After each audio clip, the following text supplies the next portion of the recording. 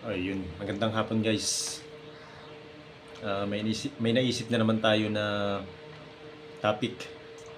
Ang topic natin for today is how to build relationship and teamwork to your co-workers. Yun. Kailangan mo yung ma-build. Pero hindi naman agad-agad. Siyempre, utay-utay lang. Hindi bigla.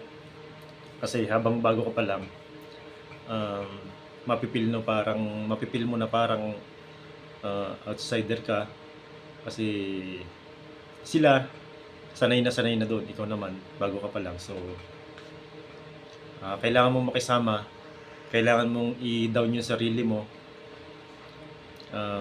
magpakumbaba ka, kung ano yung mga inuutos nila, sundin mo. And then hindi ka naman nila tuturuan ng mali eh. Tuturuan ka lagi nila ng tama. So huwag kang magreklamo sa kanila, huwag mo silang angilan, or huwag kang mapagmataas sa kanila kasi halimbawa, yung iba 12 years na, 6 years, bago ikaw, first timer ka pa lang.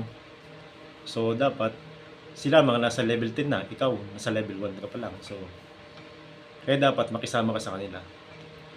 Sa lahat ng mga inuutos nila dapat yang sundin mo. Yan ang gusto ng mga matatagal na.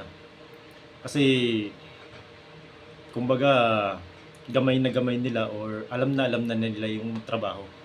Yung bago mo pa lang i-set up yung pinapaset up sa iyo, alam na nila yon.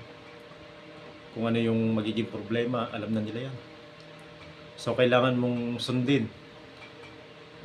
Sabi nga, sumunod ka muna bago ka sumuway.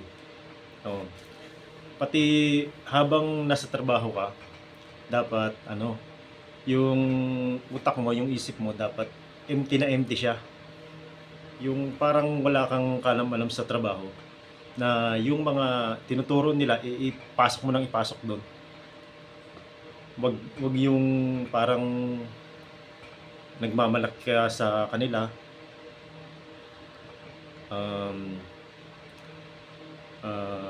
Yung parang pag sumusunod ka nagdadabog ka, wag ganun. So kailangan chill lang, relax ka lang. Sundin mo lang sila. Kasi habang nasa first month ka, medyo nandun yung mahirap na sitwasyon, pero darating din yung time na hindi mo man sila magiging ka-level, pero yung alam nila malalaman mo din. Hindi naman lahat, pero yung utay-utay lang. Habang kung tumatagal ka kasi sa trabaho, nalalaman mo din yung nalalaman nila. Yun, ganun yun. Yung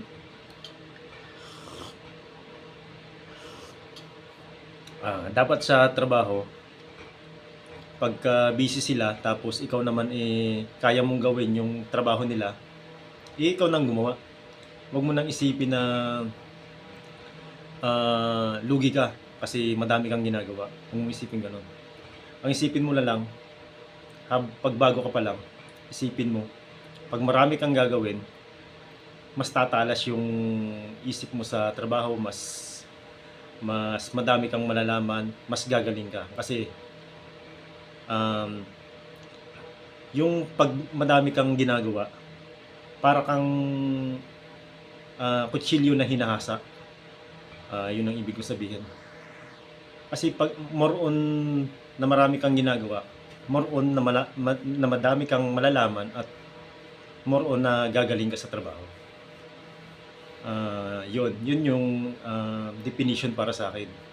Pero sa iba hindi ko alam. Pero yun, kailangan ma-build mo yon. Tapos kasi minsan pag may trouble, lalo na pag may trouble, yung mga katrabaho mo na matatagal, halimbawa nagka-trouble ka sa machine mo, sila yung lalapit sa iyo, tutulungan ka.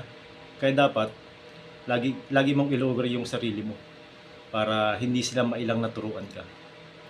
Yun ang magandang gawin. Ano pa ba? Then Parang wala na akong maisip. Yun lang. At yun lang guys. Ingat kayo palagi and God bless.